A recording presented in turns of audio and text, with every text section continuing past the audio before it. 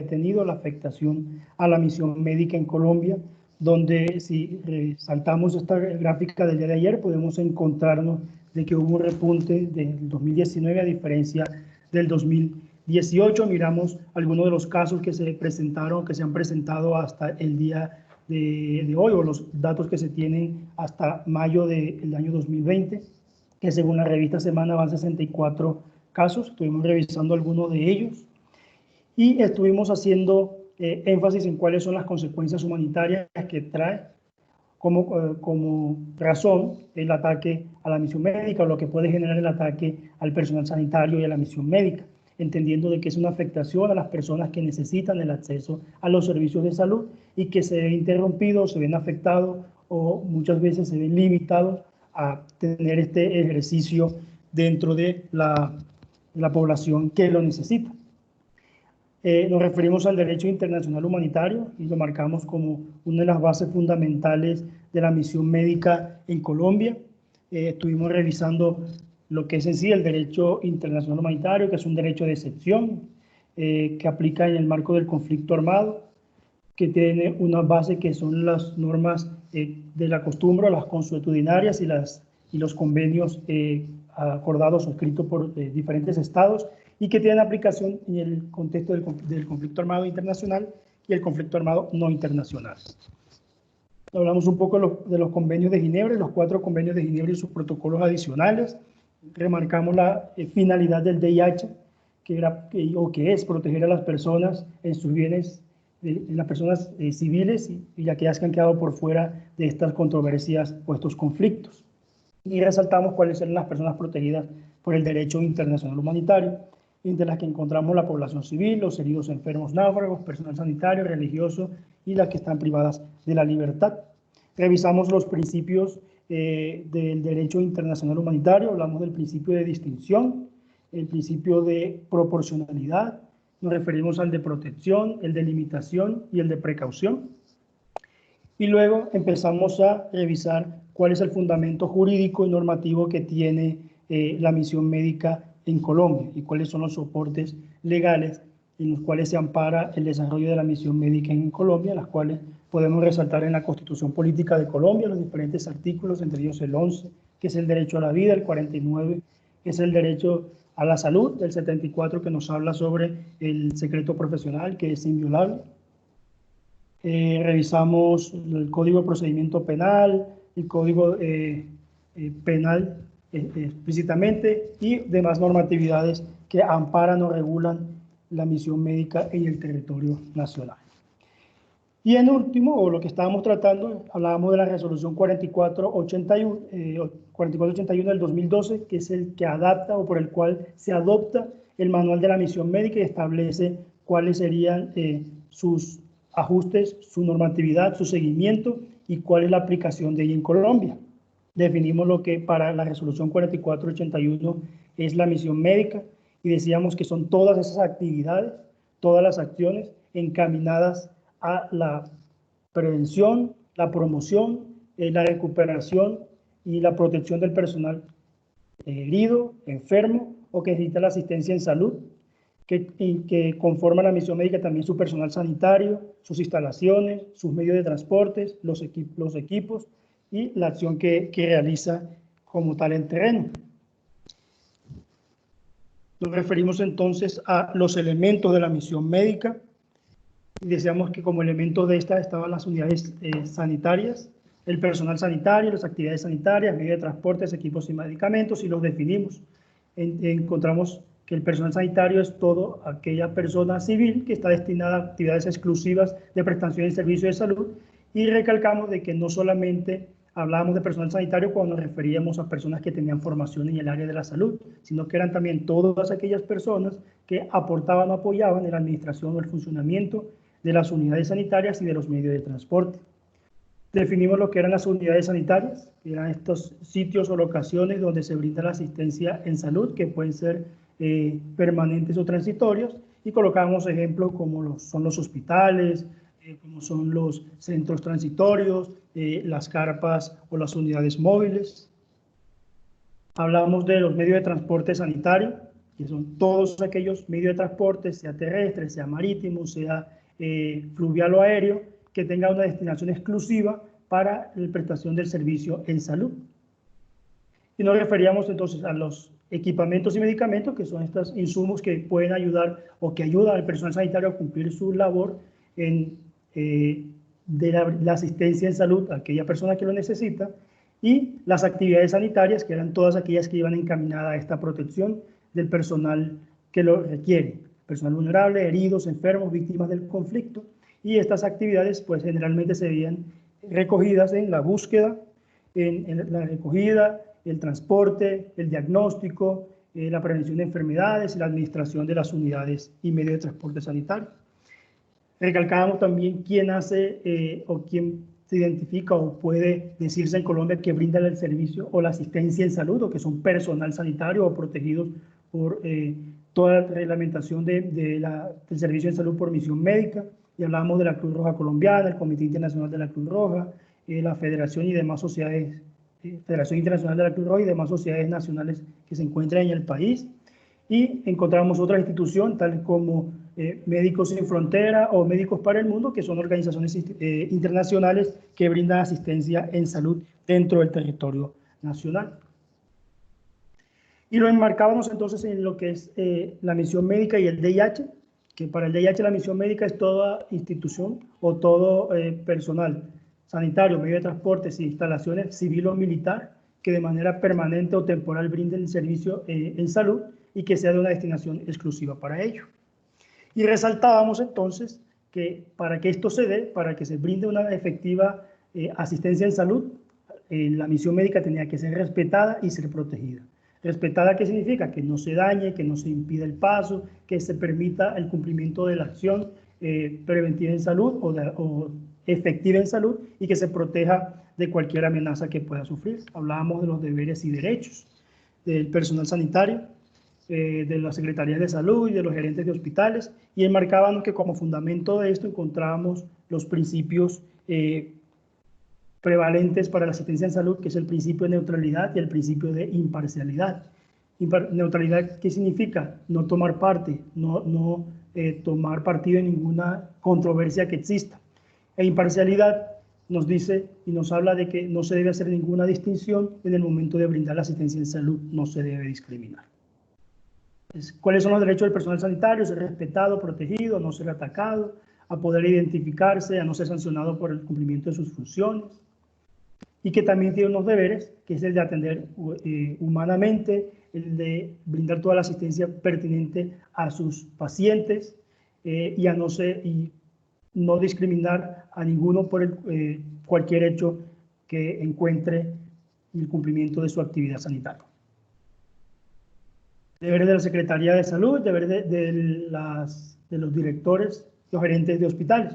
Digamos que básicamente en esto enmarcamos la sesión del día de ayer. El que no pudo estar el día de ayer, o si tienen de pronto alguna duda o quieren repasar algo, pues esta sesión fue grabada, al igual que la del día de hoy, que está siendo grabada, y la pueden encontrar en la cuenta de YouTube de Carlos Alberto Giraldo Gallón. Ahí encuentran la primera sesión de Misión Médica. Hoy, ¿en qué estamos el día de hoy? Pues vamos a empezar hablando de lo que son las infracciones e incidentes para la misión médica. Entendemos entonces que para el derecho internacional humanitario, y dijimos que ya es la base, una de las bases fundamentales de la misión médica, para ellos la misión médica debe ser respetada. Para el derecho internacional humanitario, la misión médica debe ser respetada de tal forma que se prohíbe cualquier ataque de cualquiera de los grupos armados a personal sanitario, medios de transporte o unidades sanitarias, y que el incumplimiento a estas normas pues traerá sanciones pertinentes por una infracción al derecho internacional humanitario. Para la resolución 4481 define como infracción a la misión médica la conducta que por acción u omisión afecte a los componentes y actividades de la misión médica o a los beneficiarios directos de la misma, pacientes o comunidades. O sea que no hablamos de misión médica solamente cuando hay un ataque o un abuso o una amenaza contra un médico o algún del personal sanitario, sino también contra los pacientes o las comunidades que requieren atención. y dice que se relacionan con situaciones de orden público y respetando uno o varios deberes o derechos mencionados en los fundamentos legales y los casos vulnerados. Ese es el concepto de infracciones a la misión médica. Básicamente es la infracción a normas relativas al derecho internacional humanitario. Y define la 4481 como infracciones a la misión médica, las infracciones contra la vida y la integridad, contra las infraestructuras, contra las actividades sanitarias, los actos de perfidia y violaciones al secreto profesional. ¿A qué se refiere esta norma cuando nos habla de las infracciones contra la vida y la seguridad? Pues cuando nos habla de esto se refiere a las amenazas al personal sanitario, los homicidios contra el personal sanitario o contra las personas que están recibiendo la asistencia en salud, las torturas, desplazamiento forzado, las lesiones personales que tengan esto, lo que hoy en día es la noticia relevante por la pandemia del COVID, que son las amenazas al personal por parte de sus vecinos o por parte de la comunidad. Y tenemos varios casos que les colocamos una tareita en uno de los formularios y era que nos indicaran cuáles eran las infracciones o incidentes que habían entendido o se habían presenciado o conocían de la misión médica y de la cual ustedes nos dieron algunos ejemplos y de los cuales encuadramos algunos de esos ejemplos en estas infracciones a la vida y la integridad. Alguien nos comentaba sobre un médico en Barranquilla que fue amenazado y que renunció. Al renunciar, los compañeros del hospital renuncian y la UCI de ese hospital queda sin médicos para atender. La afectación directa de quién es, del personal que necesita la atención y más en este momento. Amenazas a hospitales que no han sido solucionadas, como la de la gerente de Silvania en Cundinamarca, que renunció por ser amenazada por personas de la población, o la noticia muy sonada de los últimos días del hospital también de Soledad Atlántico, que fue amenazado y que incluso recibió unas coronas de fúnebres en su casa y en su sitio de trabajo, lo cual lo llevó a denunciar la situación y que coloca en riesgo su vida. Entonces, esto se considera como infracciones a la misión médica contra la vida o la integridad. Contra las infraestructuras. Cuando hablamos de infracciones contra las infraestructuras, nos referimos a los controles, o más que los controles, cuando se prohíbe o se restringe el tránsito de los medicamentos. Cuando hablamos de las infracciones a la infraestructura, nos hablamos a los ataques a los centros de salud, a las unidades sanitarias, a los medios de transporte, aquellos ataques a estas infraestructuras donde se brinda asistencia en salud.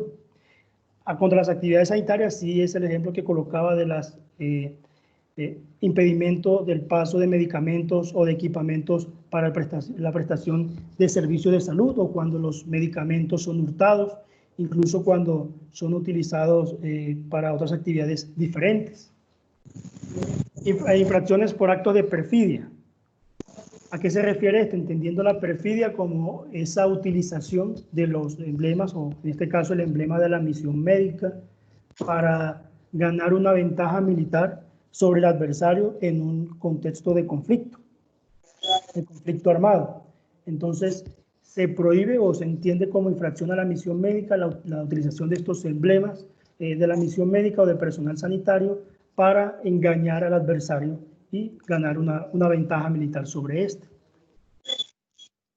Infracciones contra las violaciones del secreto profesional, que es un tema que ya hemos mencionado, que mencionamos ayer un poco, y es que se prohíbe que el personal sanitario que tenga conocimiento de información por el hecho de la realización de su actividad sea sancionado por no revelar esta información o se obligue a revelar información conocida bajo el contexto del aspecto del secreto profesional. Entonces, son las categorías en las que la 4481, la resolución 4481 o el manual de la misión médica establece e indique cuáles son las fracciones a la misión médica. ¿Tenemos alguna pregunta aquí, hasta aquí? ¿O algún caso que nos quieran compartir? De pronto que no alcanzaron a colocar en el formato formulario sobre infracciones a la misión médica que conozcan o que tengan hoy en día conocimiento en el contexto colombiano, que quieran compartir con nosotros.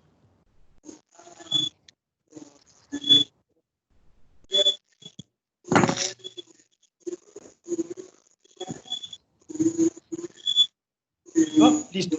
Continuamos. Les agradezco por favor apagar sus micrófonos.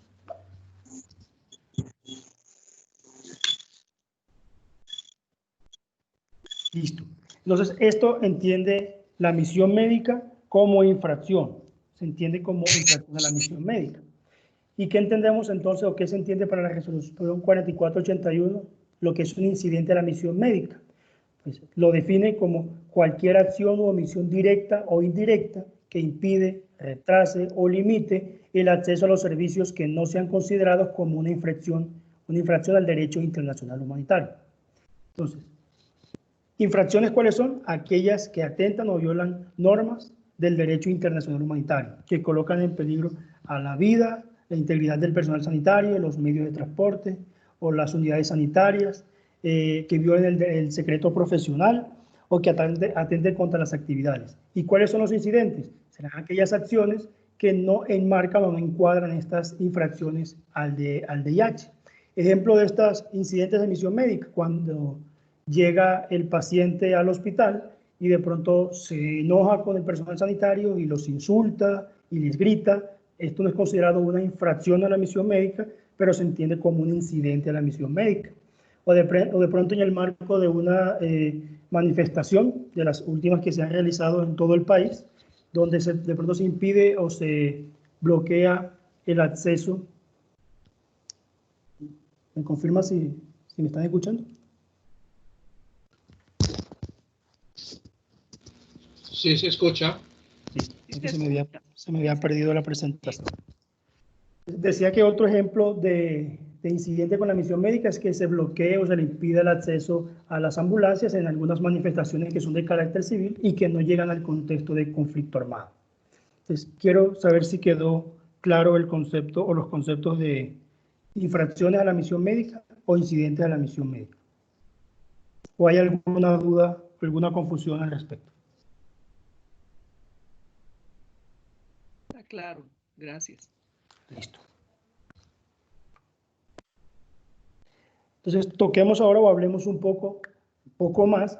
Sé que ayer abordamos tal vez ampliamente el tema del secreto profesional, pero es importante dejar algunas claridades sobre esto. ¿Qué se define o qué se entiende en Colombia como secreto profesional? ¿O cuál es el concepto que se tiene de secreto profesional? Se dice que es toda la información reservada o confidencial que se conoce por el ejercicio de determinada profesión o actividad. Es aquella información que un profesional conoce o que tiene a su disposición por el hecho de, o por conocer la realización de su actividad sanitaria, en el caso del personal sanitario. El secreto profesional pues aplica para varias o para distintas profesiones o actividades. El mantener el secreto profesional es tanto un deber como un derecho del personal sanitario. Y un punto que debe quedar claro en el tema del secreto profesional es el manejo o la aplicación que se le dan a las historias clínicas, desde el punto de vista de documentos legales o de documentos que pueden servir como prueba en asuntos judiciales o legales. Es por eso que se debe tener en cuenta que en el momento de diligenciar una historia clínica o que el personal sanitario diligencie los datos o la información que se aplica a una historia clínica, debe consignar ahí con claridad y ser objetivos de la información clínica y fisiopatológica que consigne. O sea, la información que se va a radicar en una historia clínica es información clínica, información del paciente o información de las condiciones de salud del paciente. Y por ningún motivo se puede colocar o se debe colocar en una historia clínica información diferente a la pertinente o correspondiente al tema de salud del paciente. Evitar colocar en las historias clínicas pues, las condiciones o el carácter que tenga el paciente en referencia a las condiciones jurídico-penales o que el paciente pertenece a un grupo X o es sospechoso de estar en una controversia o disputa X, información que no tiene que ver en nada al desarrollo profesional y de salud en el futuro de la aplicación para este señor. O para Fernando, te está Lázaro pidiendo la palabra. Lázaro. Buenas tardes, disculpe el momento, pero es que levanté la mano desde que ofreció la posibilidad de preguntas cuando terminó el tema de infracciones e incidentes. Y tengo una inquietud. Claro, claro que sí. Cuando hablamos de una movilización concretamente indígena, donde hay taponamiento de vías, y de pronto también se conoce que hay alguna posible injerencia de grupo armado, ¿se debe considerar como incidente o infracción el no permitir el traslado de un paciente o el tránsito de una ambulancia? Para el derecho internacional humanitario, Lázaro, y para la normatividad colombiana, se habla de infracciones cuando se afectan normas del derecho internacional humanitario. Entonces, para entender si es infracción incidente, debe tenerse claro si en verdad hay injerencia de grupos armados o si el que impide el paso sean los grupos armados. Si es demostrado o es real de que impedir el acceso o el paso de personal sanitarios por causas de grupos armados o de conflicto armado, se entiende como infracción. Si se opta por un bloqueo por parte de la población que no tienen injerencia armada, pues se entendería como un incidente en la misión médica. Así lo define la 4481, de que las infracciones se definen en el marco de afectaciones al derecho internacional humanitario.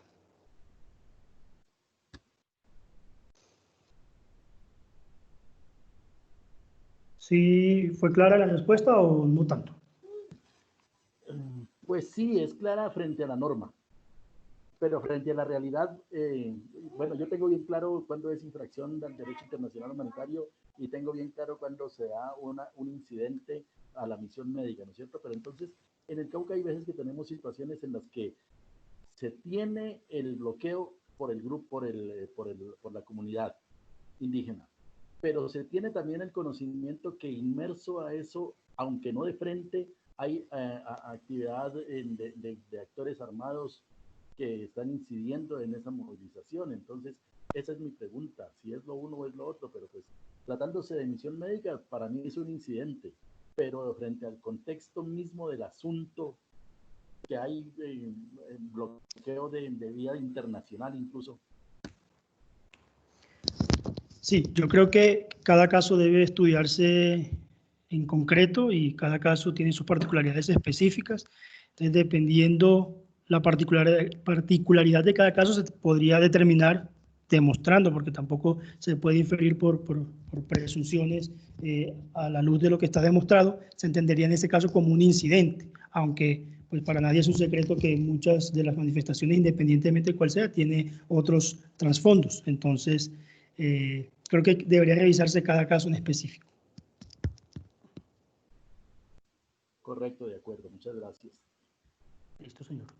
¿Tenemos alguna otra pregunta o duda? Carlos, de pronto que no haya visto. No, hasta el momento. Listo. Entonces, retomando la parte de la historia clínica o de la información que se debe plasmar en la historia clínica y en aplicación al secreto profesional, entonces encontramos aquí un respaldo jurídico de la protección del secreto profesional y la viabilidad de la aplicación de la información en las historias clínicas. El protocolo 2 de los convenios de Ginebra, en su artículo 10, establece que no se puede o no será sancionado por no proporcionar y negarse a proporcionar información acerca de los heridos o enfermos, a menos que la ley nacional dicte lo contrario. Lo revisábamos ayer que el protocolo 2 de los convenios fue adoptado en Colombia por la ley 171 del 94. Dice que no está permitido o no se puede obligar a la personal sanitario que brinde información acerca de los enfermos o heridos, a menos que la ley nacional diga otra cosa, ¿cierto? Pero la ley nacional dice, en el artículo 74 de la Constitución Política, que el secreto profesional es inviolable. Entonces se entendería que por normativa suprema en Colombia, el secreto profesional no se podría violar. La ley 23 del 81 y el 38 establece cuándo sí se puede revelar el secreto profesional y son claras los casos puntuales en los cuales se podría revelar, que serían el de la información de un menor de edad a sus padres, o la información de los familiares cuando necesite dar la información a los otros familiares para el ayudo al tratamiento, o en el caso de información que sea solicitada por entidades, autoridad judicial, siempre y cuando ésta no infrinja, y la norma es clara cuando dice no infrinja en la autoincriminación, teniendo que en Colombia nadie está obligado a autoincriminarse o a denunciar o declarar en contra de parientes hasta el 4º grado de consanguinidad o 2º afinidad o civil, y cuando medie el secreto profesional. Eso también lo encontramos en el artículo 68 de la 906 del 2004. Y la 385 del mismo Código de Procedimiento Penal, la ley 906 del 2004, establece cuáles son las excepciones de declarar, que ahí las revisamos un poco, y entendemos que no está obligado a declarar en contra de, nombra varias profesiones, entre esos el médico con su paciente. Es el soporte jurídico del secreto profesional. El decreto 138 del 2005, en su artículo 16, establece las garantías de seguridad y derecho de la confidencialidad respecto a las razones de labor que hubiese conocido. Las profesiones que tienen unas garantías de guardar un secreto profesional y por la información que haya conocido a raíz de su desarrollo de sus actividades en su profesión.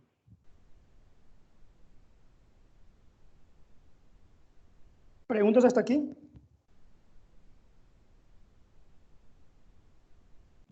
Fernando, hay una pendiente que están haciendo desde el Guainía y dice cuando es el mismo estado por el toque de queda, ¿cómo se califica? No entendí la pregunta muy bien. Si quien hizo la pregunta nos puede aclarar. Si Colgalán, por favor, abre el micrófono y nos amplía la pregunta.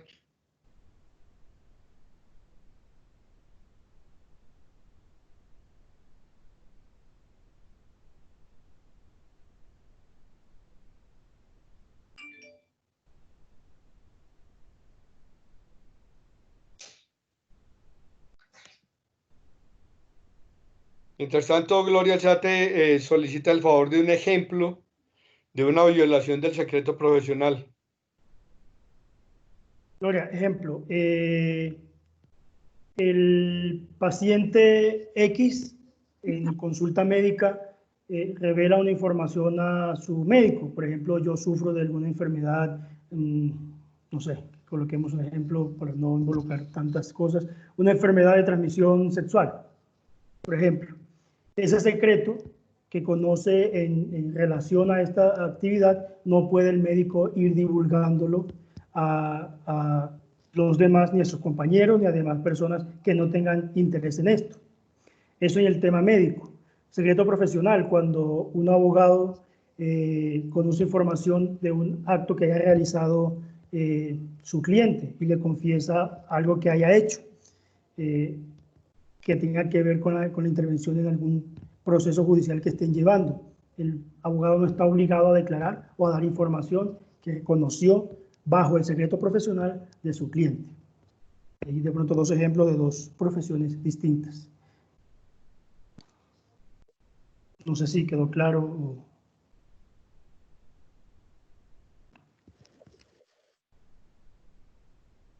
Gloria.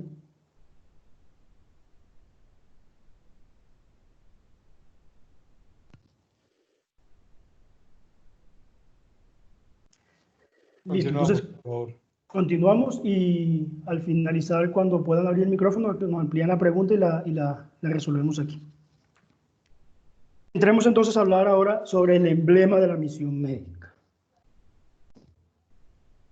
En Colombia hoy hay que hacer, antes de entrar a las normas técnicas de la tipografía del emblema, es bueno o es necesario mencionar que Colombia es el primer país en el mundo que establece un emblema exclusivo para la prestación de servicio civil y que debe ser protegido y amparado. Este emblema se vino trabajando por muchos años y que tuvo una ratificación total con la resolución 4481 del 2012.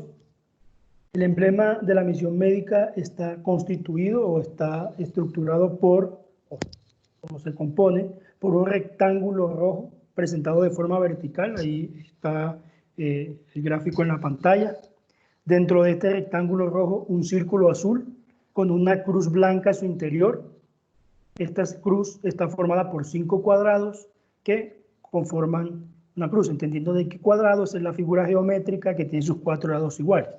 Entonces, rectángulo rojo de forma vertical, un círculo azul, una cruz dentro del círculo, y debajo del círculo la leyenda en mayúscula con letra de tipo Arial que dice misión médica de color blanco. Así se constituye el emblema de la misión médica en Colombia, el primer país con un emblema diferente para los servicios de salud civil. Este emblema debe ser protegido en todo tiempo y lugar. ¿Sí? Lo establece el 4481.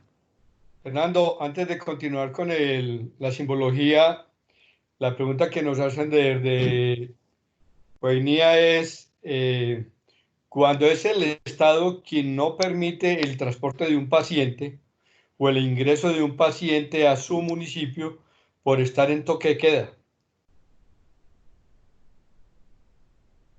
Pues yo creo que ahí podríamos considerarlo como un incidente, porque no sería en el marco de un conflicto, al menos, o depende cuál haya sido la razón de la declaratoria del toque de queda.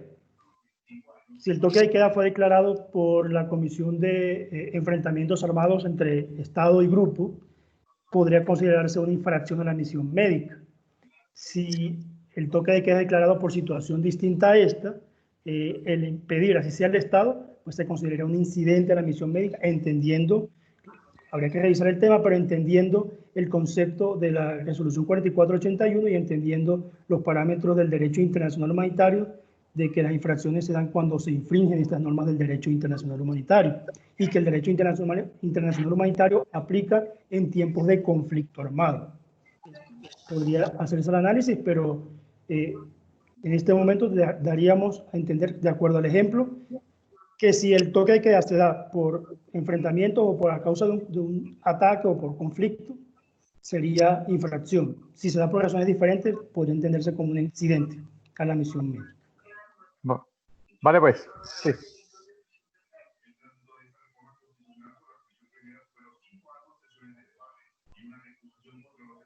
¿Hay alguna otra pregunta, Carlos? Continuamos, amigo. Entonces, hablamos ahora de la simbología y la tipografía del emblema de la misión médica. Ya dijimos cómo se componía el emblema de la misión médica. Y decimos que es importante que este emblema sea visible, fácil de identificar desde cualquier dirección, desde cualquier distancia, y que lo que busca es que resalte y que las personas que lo portan estén protegidos, y para la protección se busca esta visibilidad o mayor visibilidad. ¿En qué contexto? En cualquier contexto o en cualquier tipo de clima o condiciones en que se encuentre, sea en la selva, en bosque, con humo, que sea de noche o de día. Por eso incluso, y lo veremos más adelante, que se recomienda que estos emblemas estén iluminados o sean de material reflectivo. Deben guardar siempre la simetría en la forma del emblema, y es importante que sea reconocido y que sea visto desde cualquier ángulo o dirección. Importante tener en cuenta que en el momento de utilizar el emblema de la misión médica, este debe ser visible y debe ser reconocido. Por eso debe tener y fue escogido en el momento que se pensó que tuviese una estructura de que no fuese difícil su identificación. Aquí unos ejemplos de utilización del emblema de misión médica propuestos. Forma horizontal, ambulancias, hospitales, el emblema de misión médica, como está establecido en la resolución 4481. Entonces, ¿cuál es el objetivo de que el emblema de la misión médica sea reconocido y sea visible? Hoy en día nos encontramos con alguna situación de que, a pesar de la promoción que se le ha hecho, no es muy reconocido el emblema de la misión médica, o a veces causa dudas cuando se pregunta a ciertas personas cuál es el emblema de la misión médica. Muchas veces no lo reconoce. Y se busca de que sea reconocido para que en el momento de que se vea y de de que se determine la visibilidad del mismo, pueda garantizar esa protección que busca. El emblema debe ser visible desde tan lejos como sea posible, lo habíamos dicho, y debe ser ubicado en superficie plana que pueda observarse desde todas las direcciones posibles. El emblema podrá ser iluminado y podrá ser en material reflectivo. Lo que se busca es que en las noches no pierda su visibilidad, en la medida de lo posible, y en el marco dependiendo el contexto de la situación en que se encuentre el centro asistencial o el medio de transporte o las personas que lo porten, deba ser iluminado, deba tener reflectores que muestren el emblema de la misión médica o que sean materiales reflectivos para mejorar su visibilidad. Vamos a ver entonces unos ejemplos de la aplicación de esta visibilidad o de este uso de los emblemas de la misión médica. En hospitales, centros de salud y dispensarios, ¿cuál sería la recomendación? Entonces ahí vemos la gráfica, me confirman si la estamos viendo. Un centro de salud con emblemas en sus paredes y si ven, tiene el emblema en la parte superior de la instalación o en el techo, lo que busca es que haya visibilidad desde el cielo. En caso de que una aeronave pase por el sitio, se identifique de que queda un centro de salud, un hospital o una instalación de la misión médica y que está protegido. Más ejemplos. En caso de locaciones grandes, locaciones más pequeñas, cuando se utiliza carpas para las unidades móviles.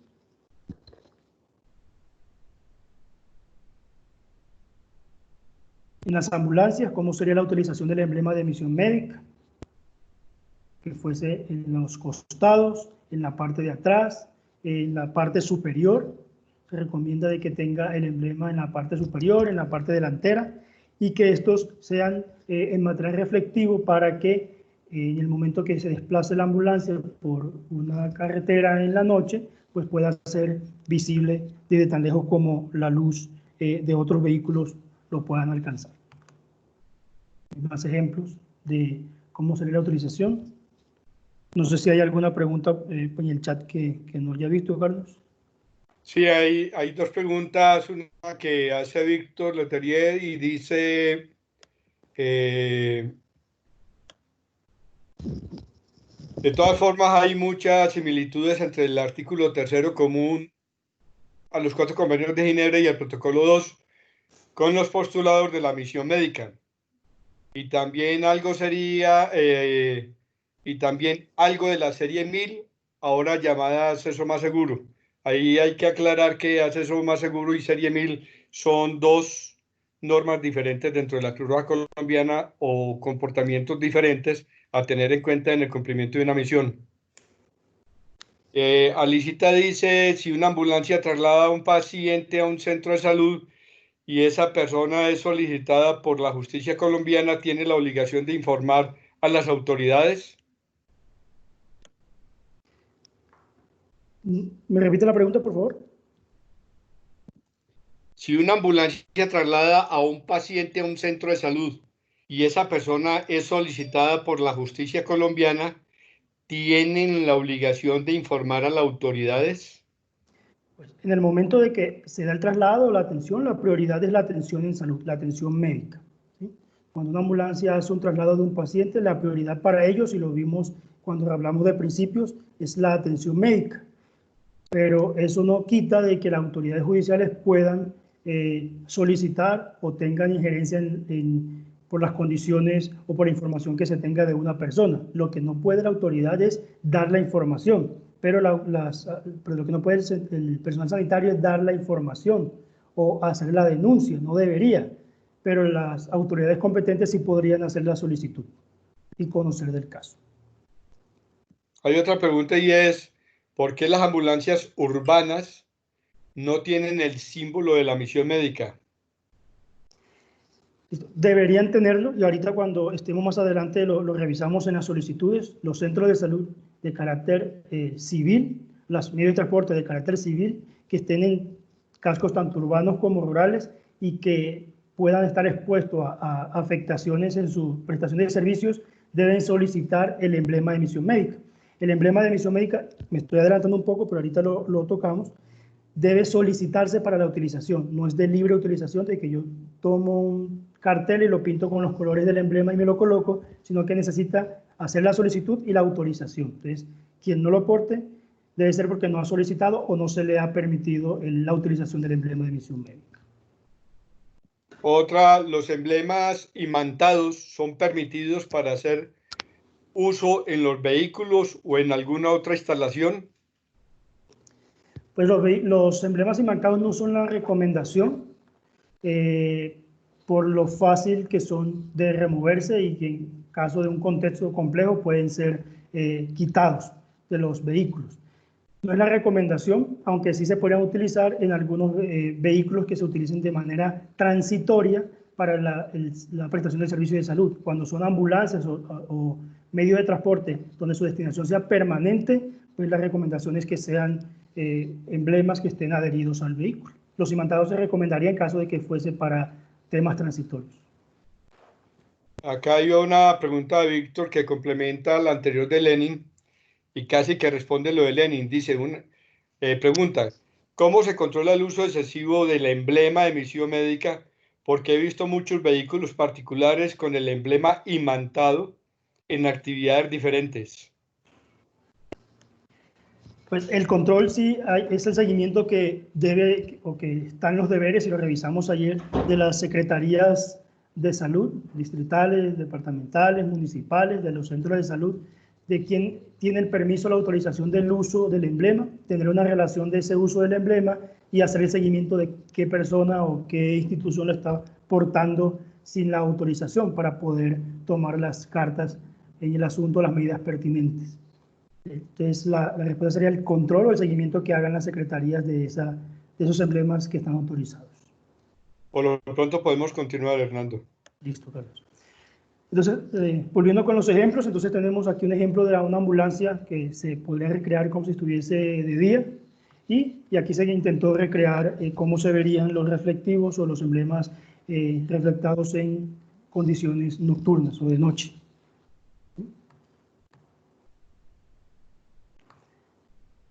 Aplicaciones de emblema de misión médica en una ambulancia o bote de auxilio de rescate, pues sería la recomendación.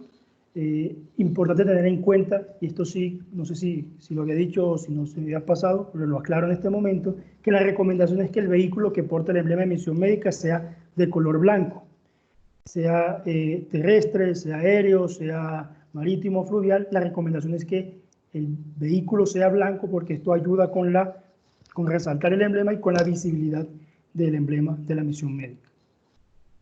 Ahí está la recomendación en un bote de auxilio.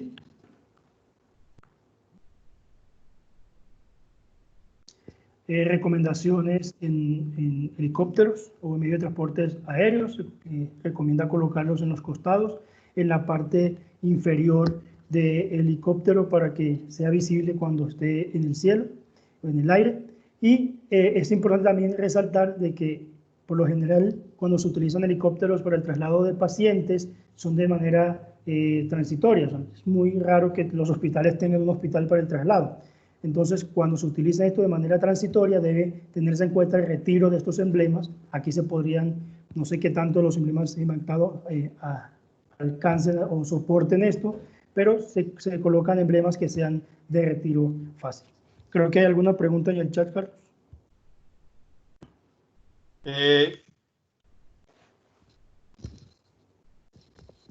Alfonso Olave pregunta, dice, ¿el personal que trabaja en salud de forma extramural deben portar el carnet de misión médica o solo el carnet de la institución que lo pueden identificar? Y complementa Laura diciendo, ¿y el chaleco que debe llevar el personal? Listo. Ya vamos para ese tema, pero para no dejar la pregunta en el aire, la recomendación es que la persona cuando vaya a actividades extramurales porte el peto con el emblema de misión médica, ahorita lo detallamos y le mostramos cómo es, y que lleve, además del carnet de la institución, porte el carnet de identificación de la misión médica, el cual se le fue entregado en el momento que se le autorizó el porte del emblema de misión médica. La recomendación es que porte ambos.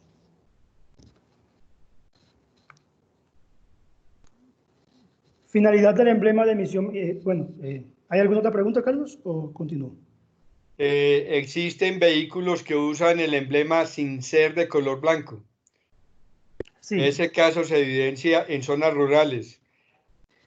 En esa Hay varios. ocasión, ¿Sí? ¿cómo se regula el uso? Tenemos conocimiento de varios casos de vehículos que no son de color blanco, pero ahí sí toca hacer la revisión, o es la tarea que tienen las instituciones con las secretarías de salud y los CRUE para hacer el seguimiento a esto y verificar de que la autorización sea de color blanco.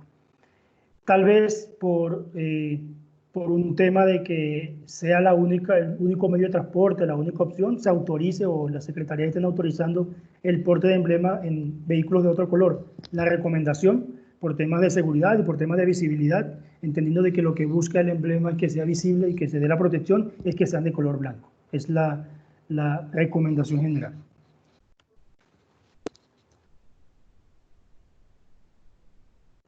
Hay más preguntas, pero tienen que ver con las infracciones. Yo recomiendo continuar y más adelante retomamos ciclo de respuesta. Listo, Carlos. Entonces, ¿cuál es la finalidad del emblema de la misión médica? Pues garantizar la asistencia y protección humanitaria, la identificación de manera visible de los bienes, instituciones, instalaciones, transporte y medios de transporte y equipos, y proteger, facilitar la ejecución de las actividades de la misión médica y las actividades de los prestadores de salud. Busca garantizar esa asistencia y la protección del personal, los medios de transporte y las instalaciones que lo lleven. El personal de salud que haga uso del emblema indebido, que haga el uso del emblema deberá ajustarse a los principios de la ética profesional y siguiendo las recomendaciones del manual de la misión médica. Y se deja claro de que el uso indebido del emblema acarreará sanciones legales a las que haya lugar. O sea, se prohíbe la utilización del emblema de la misión médica para actos o acciones diferentes a las establecidas para el servicio o los servicios de salud. Entonces, el emblema de misión médica, ¿quién lo porta? ¿Quién lo puede portar? Se lo puede portar el personal de salud y las otras disciplinas que realizan funciones sanitarias. Y lo decíamos ayer, que cuando hablamos de personal sanitario no nos referimos únicamente a los que son formados en áreas de la salud, sino a aquellos que son de otras disciplinas y que cumplen una función importante para el desarrollo de actividades sanitarias, pueden portar el emblema. Los medios de transporte sanitarios pueden portar el emblema de la misión médica. Las instituciones de salud de cualquier nivel de complejidad, y otros bienes que pueden identificar con el emblema, como las ayudas humanitarias, sanitarias, ferrocarriles, carreteras, o aquellos vehículos utilizados para movilizarse en estas vías y que brinden asistencia o que busquen brindar asistencia en salud. Entonces, el emblema de misión médica, decíamos que no es de libre disposición de las personas y que no tienen la libertad de portarlo o llevarlo por el solo hecho de ser personal de la salud, sino que necesita una autorización. Esta autorización se solicita al Ministerio, a las Secretarías de Salud.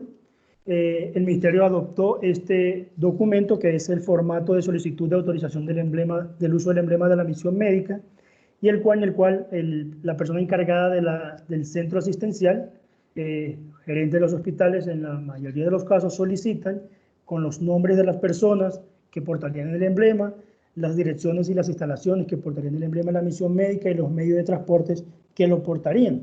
Se solicita este permiso y es la Secretaría de Salud quien hace el estudio previo de la solicitud, los requerimientos de esta, que cumplen los requisitos que establece el Ministerio para la autorización del emblema, y una vez se verifica de que cumplen con las condiciones, pues en un acto administrativo, en una resolución, se autoriza la autorización del emblema de misión médica. Entonces, si se solicita la autorización del emblema para 15 médicos, no pueden colocarle el emblema a todo el personal sanitario, sino únicamente para las personas que son autorizadas para el porte del emblema de la misión médica.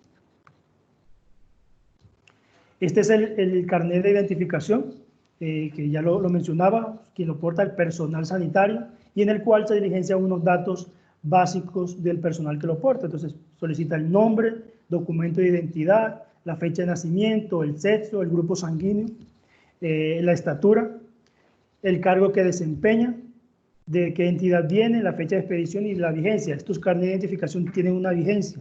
¿Y eso depende de qué? Pues depende el tipo de contrato, si hay personas que están trabajando por un término de, no sé, lo contrataron por 3 meses, pues la vigencia será de hasta 3 meses.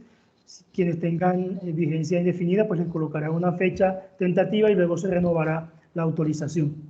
Y se le colocará el número de la tarjeta de identificación. Este es el modelo de la tarjeta de identificación. Toda esta información, todos estos formatos se les compartirá a los correos que nos fueron suministrados. ¿Preguntas hasta aquí?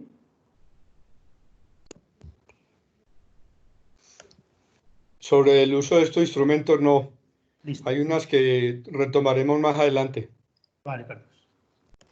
Y este es el informe, el reporte de infracciones o incidentes. El día de ayer lo mencionaba Paula cuando colocábamos ejemplos de qué pasa si llega una persona y puede causar una infracción en un centro asistencial. Pues nos mencionaba sobre el formato de reporte de infracciones e incidentes, que es el que aparece aquí en pantalla, también se lo vamos a compartir, donde las personas encargadas en el centro asistencial diligencian la información pertinente de la infracción o el incidente que se haya presentado y se reporta a la Secretaría de Salud para que éste sea llevado con el CRUE a las mesas departamentales o a las mesas nacionales, dependiendo la magnitud del incidente, para la revisión y toma de posterior decisiones. Listo, hasta aquí emblemas. Si hay algo de emblemas, Carlos me avisa, o si no, continuamos. Continuemos, por favor. Y entonces entremos ahora un poco de unas recomendaciones de seguridad para el personal sanitario. ¿Qué se recomienda? Antes de entrar a dar las recomendaciones, hay unos conceptos que debemos tener claro, que es el de amenaza, riesgo, vulnerabilidad y la reducción de riesgo. ¿Qué es una amenaza? Se entiende como un factor externo de riesgo que representa una potencial ocurrencia de un suceso de origen natural o por razones de la mano del hombre o combinación de ambos, y que pueda colocar o que pueda darse en la afectación en un lugar específico con una intensidad específica. Ejemplo de amenaza, o coloquémoslos en contextos actuales, COVID. Actualmente hay una amenaza de discriminación del personal sanitario, ¿sí? Riesgo. Es la probabilidad de daños sociales, ambientales, económicos en una comunidad específica en un determinado periodo de tiempo en función de la amenaza y de la vulnerabilidad. Esto determina cuál es la probabilidad de que se cause daño en una población vulnerable a causa de la amenaza. Volvamos al ejemplo del contexto COVID. ¿La amenaza cuál es? Discriminación o ataques al personal sanitario. ¿Cuál es el riesgo? Que en una comunidad que se ha determinado o en un centro residencial que se ha determinado que hay ataques contra el personal sanitario, pues el personal sanitario esté dentro del centro asistencial y que pueda ser agredido. Del centro residencial y pueda ser agredido. Vulnerabilidad. Factor interno de riesgo de un sujeto, objeto o sistema expuesto a una amenaza que corresponde a su predisposición intrínseca de ser dañado. ¿Cuál es el vulnerable en el ejemplo que estamos colocando? Pues el personal sanitario. La amenaza de ataque, el riesgo de ser atacado, y la vulnerabilidad es el personal sanitario.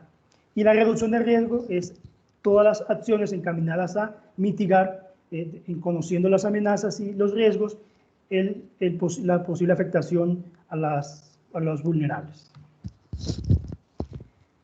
¿Cuáles son las recomendaciones de seguridad que se establecen o se dan para las empresas prestadoras del servicio de salud? Pues se recomienda, y dando el cumplimiento a las normatividades vigentes en Colombia, que se realice una difusión de lo que es la misión médica, el emblema de misión médica dentro de los centros asistenciales y a la comunidad, que se difunda esta información, que se tengan planes de contingencias específicos para posibles riesgos, identificar los riesgos y poder aplicarlos y divulgarlos con el personal sanitario, que se tenga contacto con las autoridades locales para poder, en la medida de lo posible, tener acuerdos o protocolos de mitigación de riesgo, y más cuando hay situaciones de conflicto armado, que el personal sanitario tenga la afiliación a los servicios de salud, de seguridad social, que en caso de que haya una amenaza deberán tomarse las medidas pertinentes, hacer los respectivos reportes y tomar las estrategias para mitigar o evitar un riesgo por parte del personal sanitario y reportar inmediatamente cualquier infracción de la misión médica. Recomendaciones de seguridad para las estructuras sanitarias. Las estructuras sanitarias, si ya lo mencionamos, deben estar señalizadas, deben ser visibles. Los archivos de las historias clínicas, de acuerdo a la normatividad de la resolución 1995 del 1999, establece que deben guardarse por un tiempo determinado, de 20 años, establece. Se deben contar con los planes de contingencias pertinentes para cualquiera de las amenazas que haya identificado y debe ser conocido por el personal sanitario o el personal que lo integre. Entonces aquí unos ejemplos de cómo va o debe estar identificado los centros asistenciales o unidades sanitarias. Esto es en el Hospital de Abrego, en el norte de Santander. Aquí otro ejemplo de cómo se debe identificar, aquí el ejemplo de una ambulancia y el ejemplo de una unidad sanitaria. Entonces, el norte de Santander también.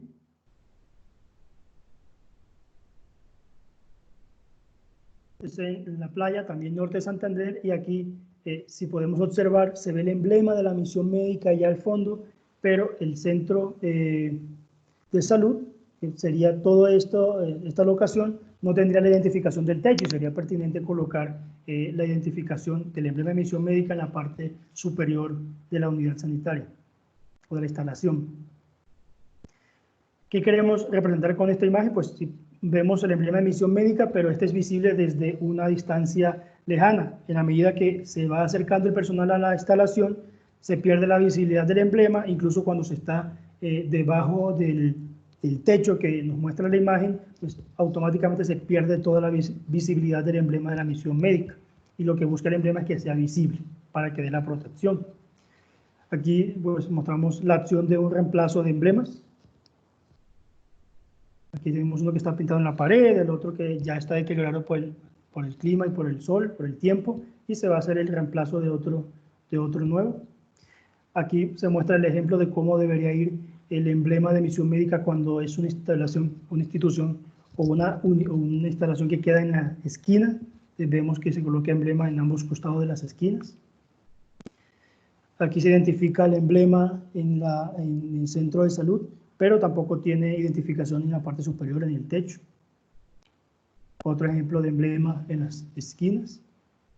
Y aquí lo que nos preguntaban hace poco del personal sanitario. El personal sanitario porta un peto. Este es el peto que representa o que debe portar cuando es autorizado la utilización del emblema.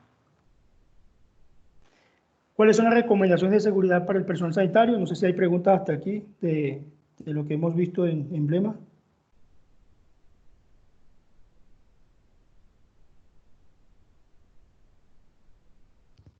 Yo tengo una pregunta. Sí. ¿El emblema lo puede hacer uno o el emblema ustedes lo venden? Pues el emblema se solicita y si la institución tiene la capacidad económica de producir los emblemas, pues los colocará, si no serán con convenios con las secretarías de salud. Actualmente la Cruz Roja Colombiana con el programa de misión médica a nivel nacional se encuentra en la actividad o en la labor de colocar emblemas en algunos centros de salud, pero en la medida de lo posible, si la capacidad del centro de salud es colocarlos, pues los puede colocar, sí, con la autorización y con las medidas que establece la resolución 4481. Gracias. Recomendaciones de seguridad para el personal sanitario. Entonces aquí colocamos de pronto ejemplificamos los conceptos que vimos hace poco de riesgo, amenaza por vulnerabilidad. Colocamos como amenaza conflicto armado, otra situación de violencia, el vulnerable personal de salud, y lo podemos verificar incluso en el contexto de COVID o de la pandemia del COVID y los ejemplos que colocamos. ¿Cuáles son las recomendaciones para este personal sanitario? Recomendaciones de seguridad del personal sanitario. Debe tener los equipos formados, los equipos de trabajo deben estar conformados por un grupo específico de personas, en la medida de lo posible que se conozcan y que tengan un ejercicio de trabajo fluido entre ellos. Se debe preparar las actividades para la misión. El personal debe estar preparado antes de ir a la misión. En el desarrollo de las actividades deben tenerse establecidas y claras cuáles serían las actividades que van a realizar con los parámetros, y ahorita damos ejemplos de estos. Tener el transporte determinado de cómo se van a movilizar, cómo van a ir y a regresar en el desarrollo de las actividades. Se debe tener comunicación en el momento de realizar esta actividad, comunicación fluida y medio de comunicación específica para esto, y garantizar la salud del personal sanitario. Conformación de los equipos. Pocas personas, ya lo decíamos. Los participantes deben ser capaces de determinar cuáles son los factores de riesgo que pueden tener, identificar cada uno de los factores de riesgo que les impidan realizar dichas actividades, y que deben, en la medida de lo posible, mantener vestimentas que no comprometan o que no sean muy ostentosas o vistuosas para el desarrollo de las actividades, y no comprometer al personal. Todas las actividades deben ser plenamente preparadas, evaluar el contexto, revisar cuál es la actividad que se va a realizar, tener la información de cómo, cuándo y dónde se van a realizar todas las actividades, registrar y tener el conocimiento de las personas que se movilicen en el desarrollo de estas actividades, y todo el personal debe tener su carnet su tarjeta de identificación, su carnet de la institución y la cédula de ciudadanía. La tarjeta de misión médica debe estar vigente. Durante el desarrollo de la actividad se deben cumplir los horarios. Perdona, hay una pregunta que creo que es interesante y pertinente en este momento, que es: ¿quién es el custodio o dueño del emblema de la misión médica? Actualmente la responsabilidad de la protección de la misión médica, pues se dice que es una responsabilidad de Estado, pero es una responsabilidad de cada institución, de cada centro de salud, protegido o amparado por diferentes instituciones como la Secretaría, los CRUES, pero la responsabilidad actual de la protección de la misión médica o del emblema de misión médica es el Estado. Sería bueno aclarar que está en cabeza del Ministerio de Salud y que existe una mesa nacional de misión médica, igualmente unas mesas departamentales. Listo. ¿Hay alguna otra pregunta, Carlos, antes de seguir? No, continuamos, por favor. Listo, entonces, recomendaciones para el desarrollo de las actividades: se deben cumplir los horarios, ajustarse a los cronogramas. Si se dice que se ingresa a la comunidad a 1 hora y se sale a determinada hora, deben cumplirse esos horarios para evitar problemas con la comunidad. Se debe identificar el lugar donde se va a realizar la actividad, colocar los emblemas que sean visibles y que identifiquen la actividad que se está realizando. En la medida de lo posible, mantener el equipo alojado en el mismo lugar, y la actitud del personal sanitario debe ser abierto y evitar cualquier clase de acto o acción que pueda llegar a confundir o que pueda llevar a malinterpretaciones o sospechas por parte de la comunidad o de personas que hagan parte de garantes del acceso a los sitios. En el desarrollo de las actividades se debe evitar viajar en vehículos que pertenezcan a partes del conflicto. En la medida de lo posible, no llevar escoltas, no ser escoltados. Se busca que la divulgación del emblema de misión médica sea para la protección de este personal. Si se establecen toques de queda, deben cumplirse, a menos que sea casos extremos. Evaluar cuáles son las condiciones de la zona e ir haciendo revisión de cada una de las condiciones y cómo avance el contexto en terreno. Y en la medida posible no llevar grabadoras, no llevar cámaras fotográficas.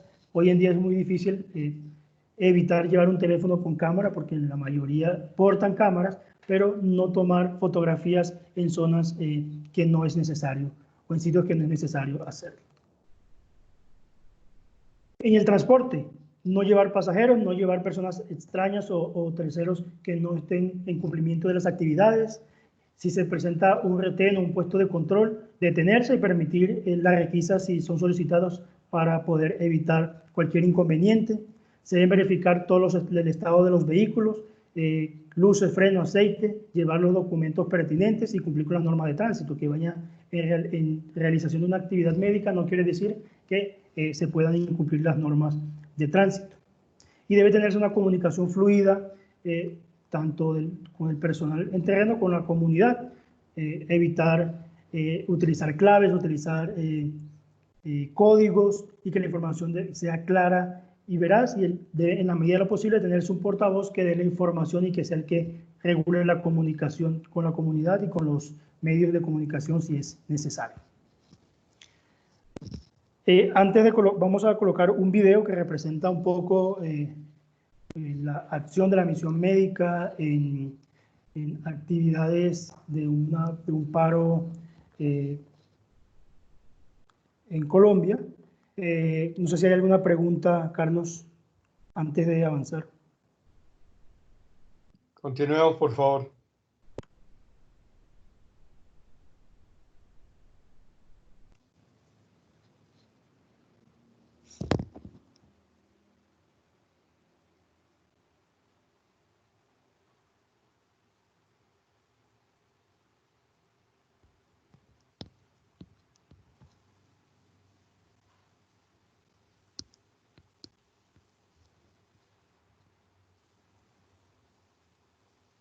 Cinco vehículos del CICR y de la Cruz Roja partieron de Cali con rumbo hacia Pasto con personal y 25 toneladas de medicamentos.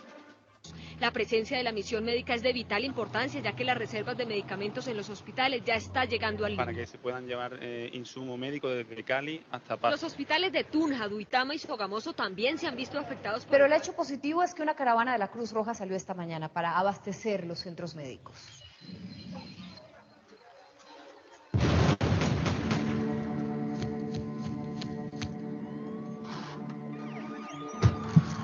Somos la misión médica, llevamos un herido. Bueno, está bien, continúe. ¡Me dejan morir! ¡Ayúdenme, por favor! La misión médica salva vidas. Podría ser la tuya. Respétala. Es una cuestión de vida o muerte. Un mensaje del Comité Internacional de la Cruz Roja y la Cruz Roja Colombiana. La misión médica salva vidas. Podría ser la tuya. Respétala. Es el llamado que realiza el Comité Internacional de la Cruz Roja en conjunto con la Cruz Roja Colombiana. 8 días después de la movilización agraria que se presenta en el país, el Ministerio de Salud y Protección Social solicitó al Comité Internacional de la Cruz Roja y la Cruz Roja Colombiana apoyo para asegurar el paso de la misión médica a través de los bloqueos y restricciones de movimiento en las carreteras. Esto con el objetivo de abastecer con insumos de emergencia a los hospitales de los departamentos de Boyacá, Cauca, Cundinamarca, Huila, Nariño y Tolima. El 14, ¿me confirma? Móvil 14, posición.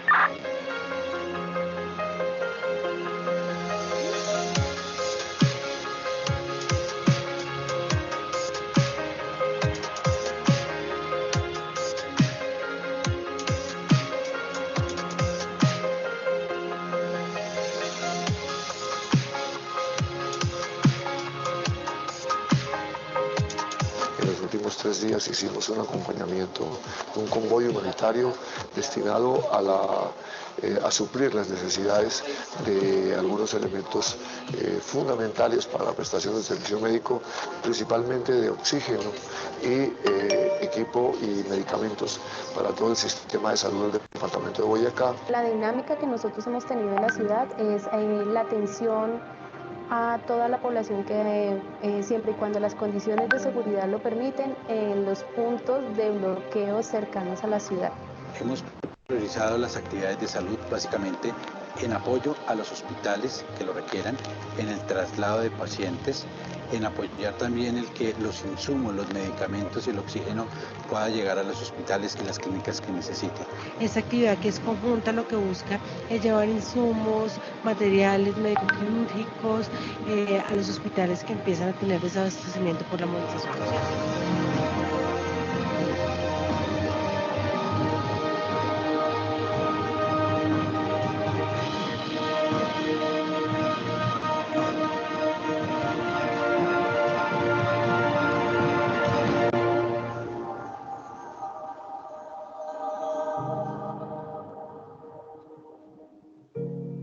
Pues un trabajo muy arduo porque sé que está muy difícil el poder transportar los insumos.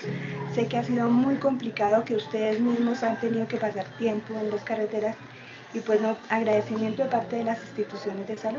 Para nosotros es vital manejar este tipo de insumos y pues corríamos el riesgo ya con nuestros pacientes. Gracias a ustedes pudimos cubrir justamente la necesidad que se tiene en estos momentos acá en la clínica. La gente cree mucho en nosotros, confía en nosotros.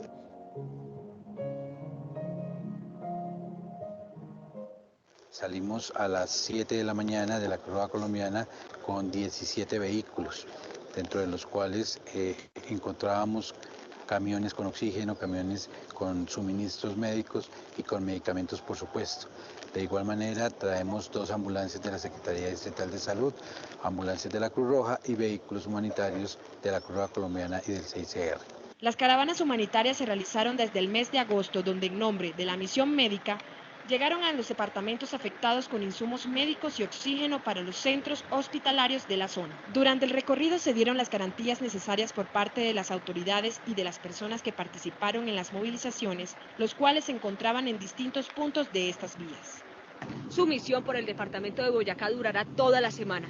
Por el momento, aunque con inconvenientes, han recibido el apoyo tanto de los manifestantes como de la policía. Estamos entrando en la ciudad de Sogamoso, donde vamos a abastecer el hospital regional, la clínica El Laguito, la clínica Valle del Sol, el centro de especialistas y un centro de distribución de oxígeno para la región y para el oxígeno domiciliario que requieren pacientes crónicos. Busca garantizar que se haga un desplazamiento lo más organizado posible, que logremos entregar los medicamentos en el departamento de Nariño, específicamente en la ciudad de San Juan de Pasto. Las caravanas humanitarias del Comité Internacional de la Cruz Roja y la Cruz Roja Colombiana que acompañaban las ambulancias y camiones de la misión médica cumplieron su objetivo sin contratiempos. Hemos estado apoyando a toda la misión médica en los departamentos donde ha habido afectación, especialmente el departamento de Boyacá, Cundinamarca, Nariño, departamento de Antioquia, departamento del Valle y departamento del Cauca. Estas acciones prioritarias en salud han recibido el acompañamiento de todas las áreas de la sociedad nacional con quienes hemos venido interactuando. Hemos estado bajo la coordinación y dirigencia de la Dirección Ejecutiva e interlocutando con las diferentes áreas de la sociedad nacional y en una constante comunicación con nuestras seccionales para apoyar de carácter técnico o también con insumos. Y esto ha garantizado que todos los servicios que han sido canalizados a través de la institución se han llevado con bien y han llegado a los sitios de referencia adecuadamente. Hacemos un llamado como Cruz Roja Colombiana y como Comité Internacional de la Cruz Roja a que se respete la misión médica, a que permitan el tránsito de los vehículos asistenciales y de transporte de personal médico para que no tengamos desgracias que lamentar.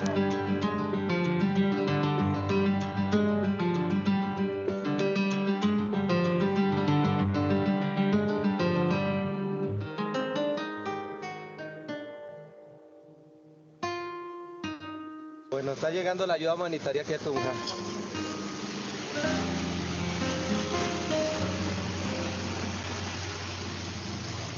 Sí, ondeala.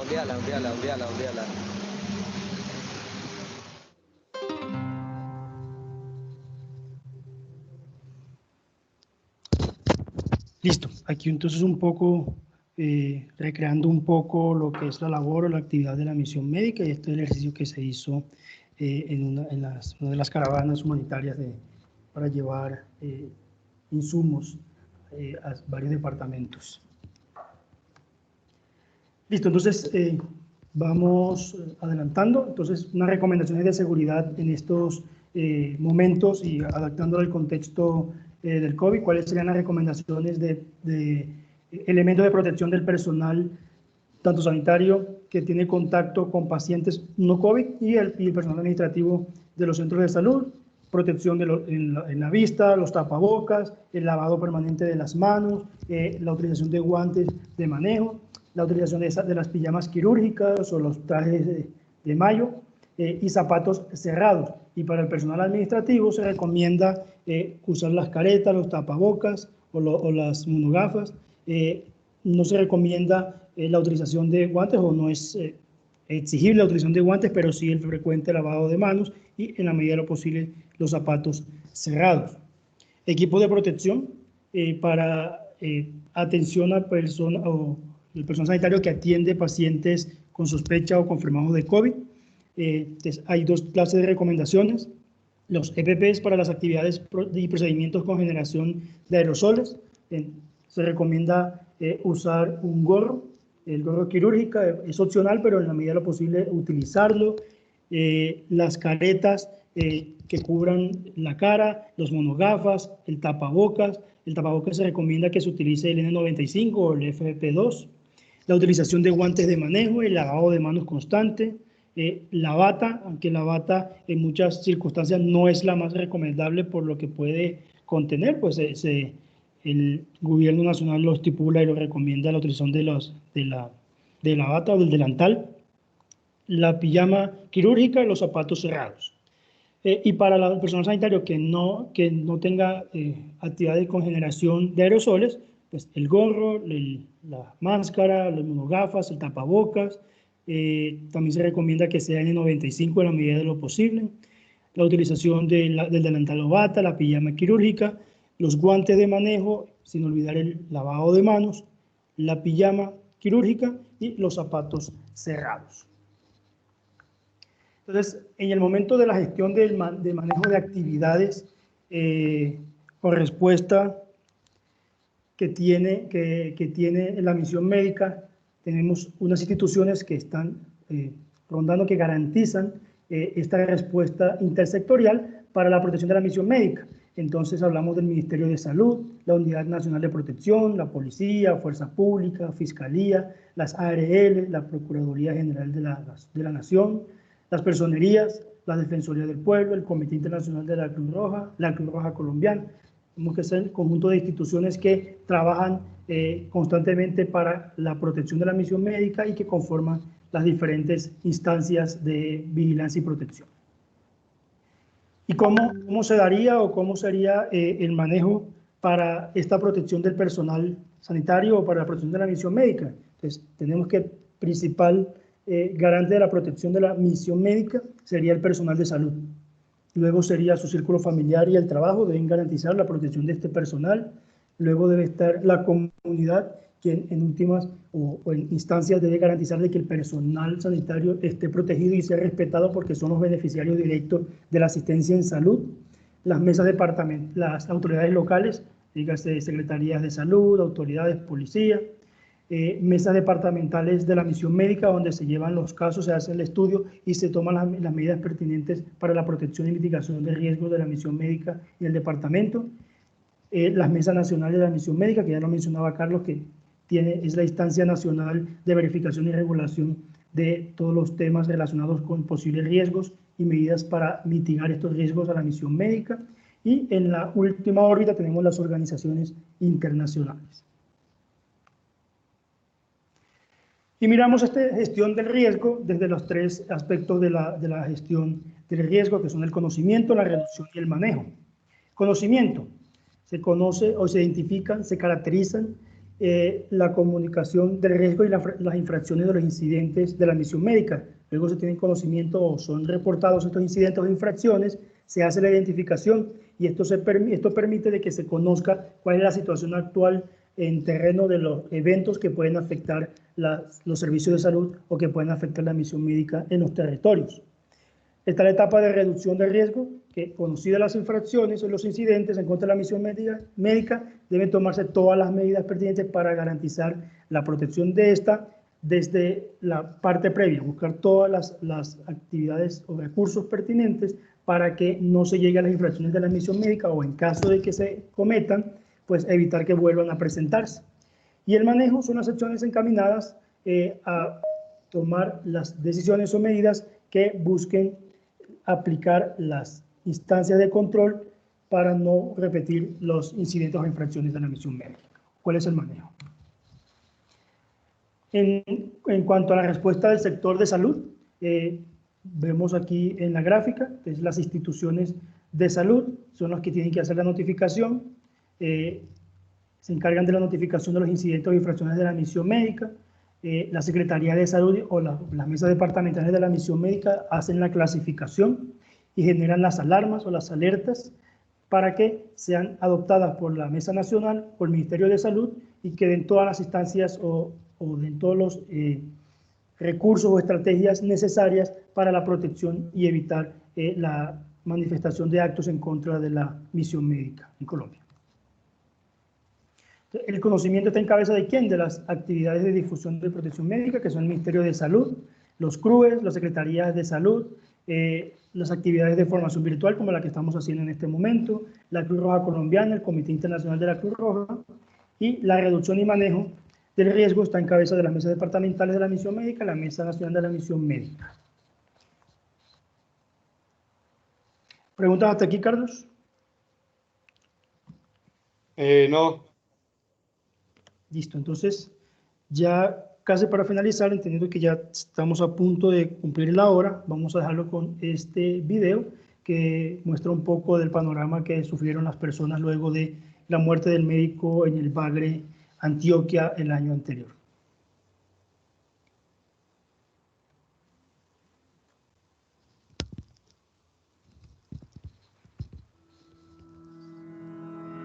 Soy enfermera. Hace 10 años llegué al Bagre, un municipio del Bajo Cauca antioqueño. Inicié mis labores en las urgencias del Hospital del Bagre. Este hospital me permitió no solo tener experiencia en el área asistencial de urgencias, sino también en el área de promoción y prevención, que es el tema comunitario en el cual me desempeño ahora, y es una de mis mayores pasiones y vocación por la prestación del servicio.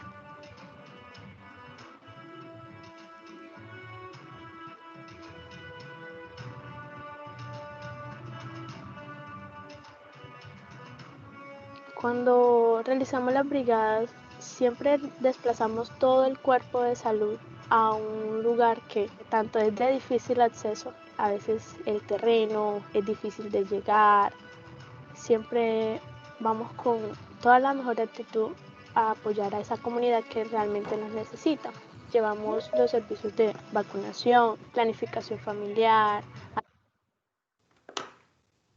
atención asistencial médica, también hay apoyo de citologías, ayudas con psicología, asesorías.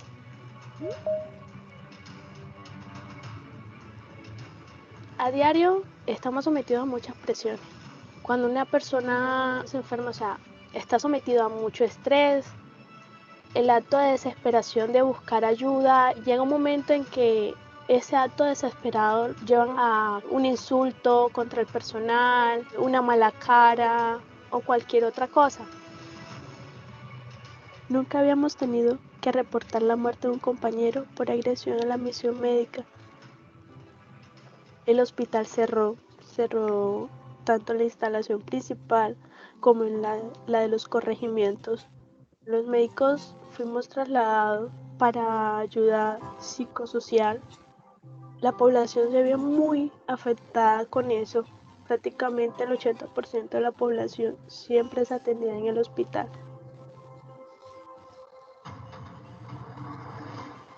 Si no hay médicos, ¿quién me va a revisar?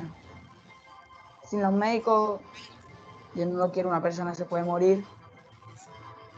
Si en el momento en que yo me sentía así tan mal, no hubiera encontrado ayuda médica, no sé qué hubiera hecho. Que gracias a ellos nacen hasta nuestros hijos.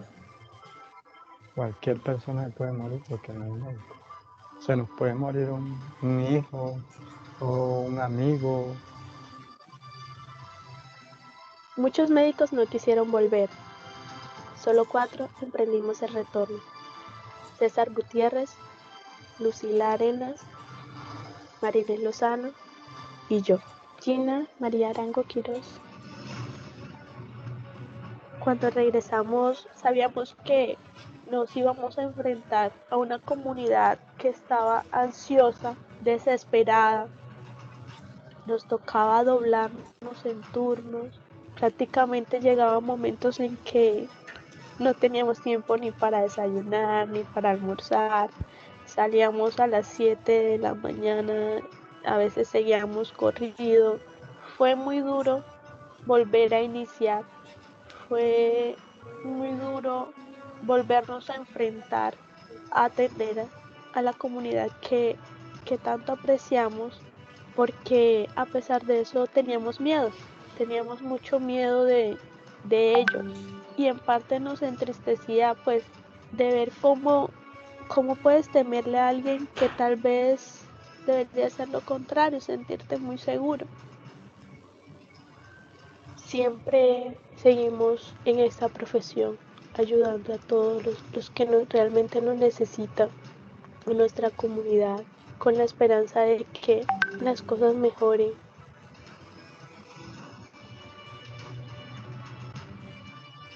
Uno no se puede imaginar el significado de las cosas hasta que uno no las vive, no las siente. Traer una vida al mundo es más que esas simples palabras. Traer una vida es traer esperanza.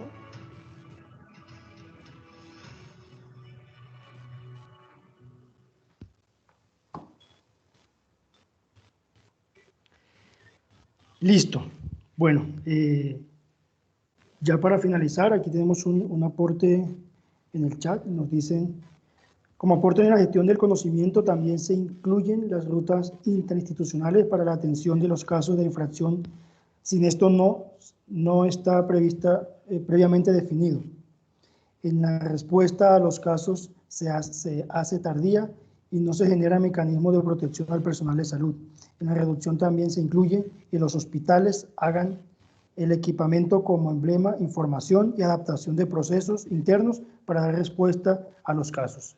Muchísimas gracias y muy cierto y muy pertinente el aporte. La primera respuesta debe darse por las instituciones locales, por las propias instituciones de salud que sufren o que llegan a sufrir estas infracciones o incidentes.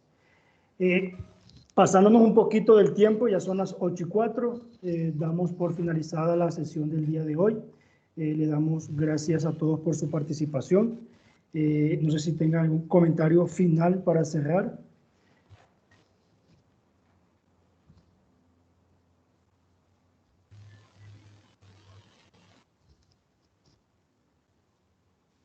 Por todo el aprendizaje recibido el día de hoy.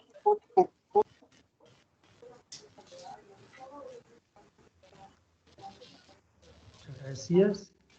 Los invito